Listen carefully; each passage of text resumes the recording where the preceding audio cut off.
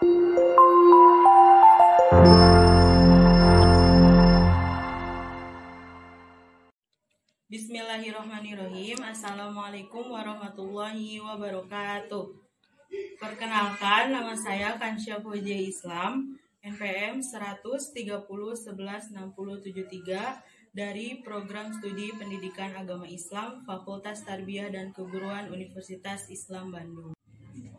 Saya akan mempresentasikan hasil skripsi saya yang berjudul Nilai-nilai pendidikan akhlak sosial di masyarakat yang terkandung dalam Quran Surat Al-Hujurat ayat 9. Latar belakang masalah yaitu Al-Quran, kitab suci umat Islam.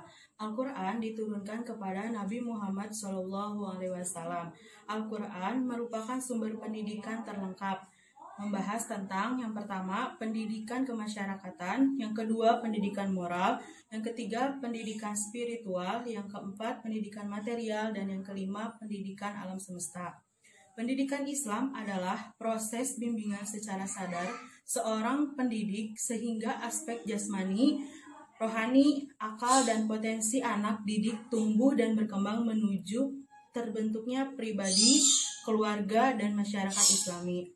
Pendidikan akhlak adalah suatu proses atau usaha secara sadar untuk mengembangkan potensi anak didik dalam hati seseorang yang akan diwujudkan dalam bentuk perbuatan dan tingkah laku baik secara langsung maupun tidak langsung, sehingga mempunyai dasar dan tujuan yang hendak dicapai baik dalam lembaga sekolah, keluarga, maupun masyarakat. Di dalam Quran Surat Al-Hujurat ayat 9-10 menjelaskan sebagaimana manusia harus bersikap dengan akhlak yang baik di kehidupan sosial.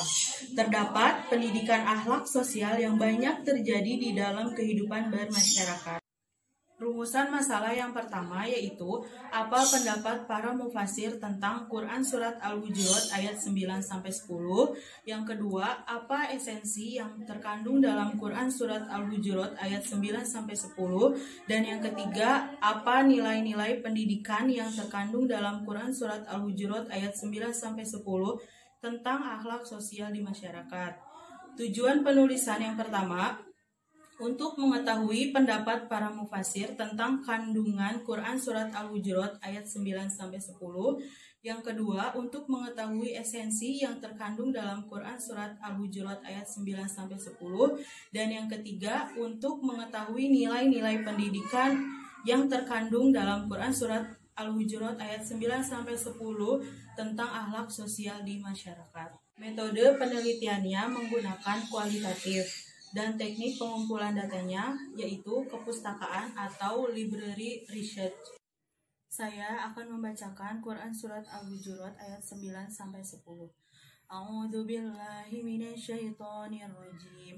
Bismillahirrahmanirrahim. Wa in ta'ifatani minal mu'minina iqtatalu fa aslihu bainahuma. Fa'im bagat ihdahuma 'alal ukhra faqatilul lati tabghi hatta tafi'a ila amrillah. Fa'in fa'at fa'aslihu bainahuma bil 'adli wa aqsitu innallaha yuhibbul muqsitin. Innamal mu'minuna ikhwatu fa'aslihu baina akhwaykum wattaqullaha la'allakum turhamun. Artinya, dan kalau ada dua golongan dari mereka yang beriman itu berperang, hendaklah kamu damaikan antara keduanya. Tapi kalau yang satu melanggar perjanjian terhadap yang lain, hendaklah yang melanggar perjanjian itu kamu perangi sampai surut kembali pada perintah Allah. Kalau dia telah surut, damaikanlah antara keduanya menurut keadilan. Dan hendaklah kamu berlaku adil, sesungguhnya Allah mencintai orang-orang yang berlaku adil. Nilai-nilai orang beriman itu sesungguhnya bersaudara. Sebab itu damaikanlah, perbaikilah hubungan antara kedua saudaramu itu, dan takutlah terhadap Allah supaya kamu dapat menjalin persaudaraan. Sebab nuzul dari Quran Surat Al-Hujurat agar hidup berdamai, yang pertama diperintahkan kepada orang-orang beriman harus memiliki rasa tanggung jawab.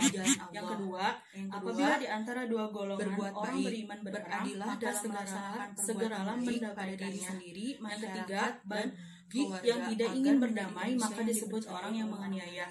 Yang keempat, belas kasih. Orang yang ingin mendamaikan dua golongan tersebut hendaklah memerangi yang tidak ingin berdamai sampai dia tunduk dan patuh.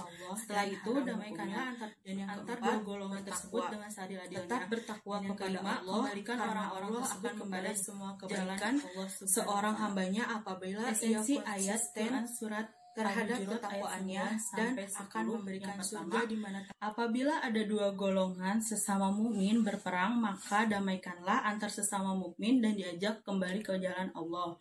Yang kedua, berlaku adil dalam melakukan segala hal dan meninggalkan apa yang harus ditinggalkan. Dan yang ketiga, sesama orang mukmin tidak boleh saling menghina, menganiaya dan merendahkannya. Dan yang keempat, sebagai orang mukmin tetap bertakwa kepada Allah agar mendapatkan rahmat.